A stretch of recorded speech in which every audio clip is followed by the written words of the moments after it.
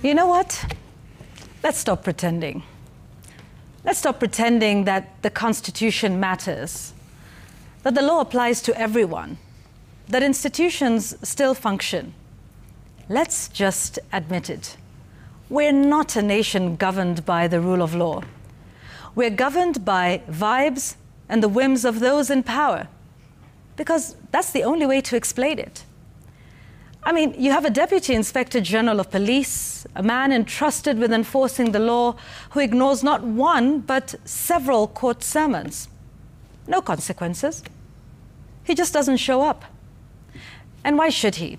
I mean, apparently, court orders are optional now. It's like choosing between tea or coffee. Nice if you can afford it, totally fine if you can skip it.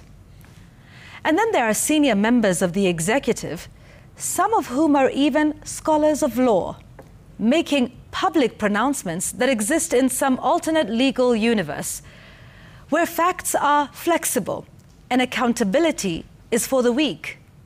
These are the same people who remind us often to respect the rule of law.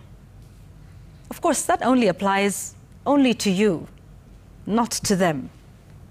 Meanwhile, in the streets, police continue to meet protest with bullets.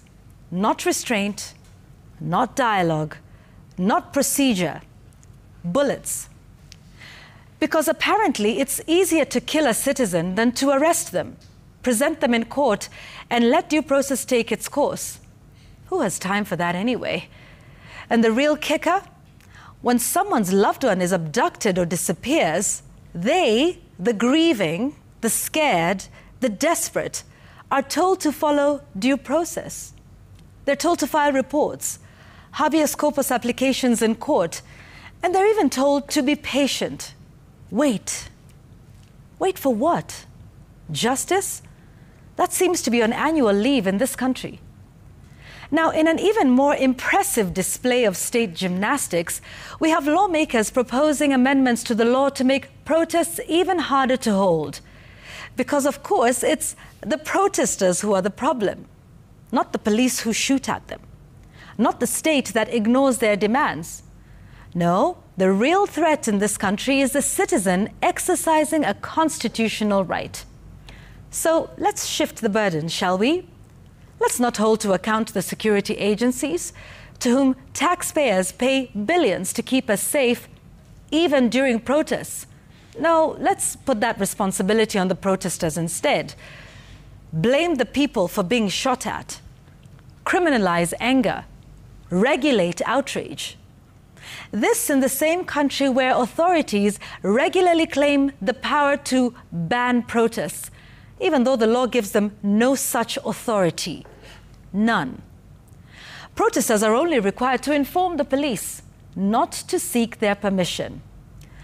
But who cares about the law, really? So maybe it's time we stop pretending. Maybe we just declare it officially. The rule of law has been suspended until further notice. You know, like in The Purge? I don't know if you've watched that lovely little dystopian film where for 12 hours, all laws are suspended and people are free to do whatever they want. No arrests, no accountability, no consequences.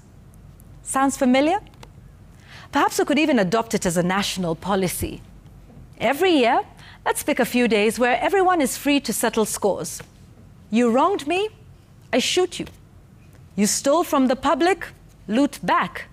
Don't worry about the courts or the Constitution. We've already shown we don't take them seriously anyway. Because what is the Constitution really, if not a beautifully bound book we like to quote, but never follow? A document we only reference when it suits us. Just throw it all away. Every principle, every safeguard, every institution, each man and his armed convoy for himself. Either that, or we could get serious, and we could stop playing these dangerous games with our institutions. We could hold everyone to account, from the junior constable to the senior-most political official. We could demand that if justice applies to one, it applies to all, equally, without exception. But you see, That would take courage. And right now, I'm not sure the people in charge of this country have any left. That's my take.